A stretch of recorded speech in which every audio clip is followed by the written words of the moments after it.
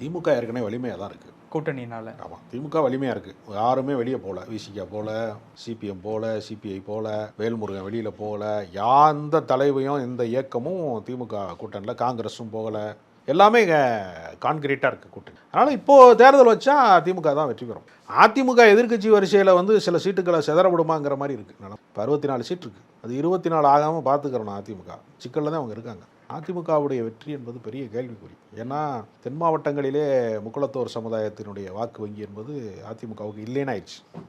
அந்த வாக்கு வங்கி வந்து ஓபிஎஸ் அவர்கள், டிடிவி அவர்கள், சசிகலா அம்மையார் போன்றவர்களுடைய தயவில் தான் இருக்குது. அதை தாண்டி இவருக்கு பெரிய வசீகரமும் கிடையாது. அது ஒரு கொங்கு மண்டல கட்சி மாதிரி ஆயிடுச்சு. கொங்கு மண்டலத்தில் தான் அதிமுகங்கிற மாதிரி ஆயிடுச்சு. அந்த கொங்கு மண்டலத்தையும் பாதிக்க வைப்பதற்கு திமுக வேலை செய்யுது. செந்தில் பாலாஜி மாதிரி பல பேரை உருவாக்கி இன்னும் தீவிரமாக வேலை செய்யுங்கன்னு திமுக சொல்லுது. அதனால் அதிமுகவுக்கு பெரிய பின்னடைவாக இந்த தேர்தல் மாறக்கூடிய ஆபத்து இருக்குது அவங்களுக்கு.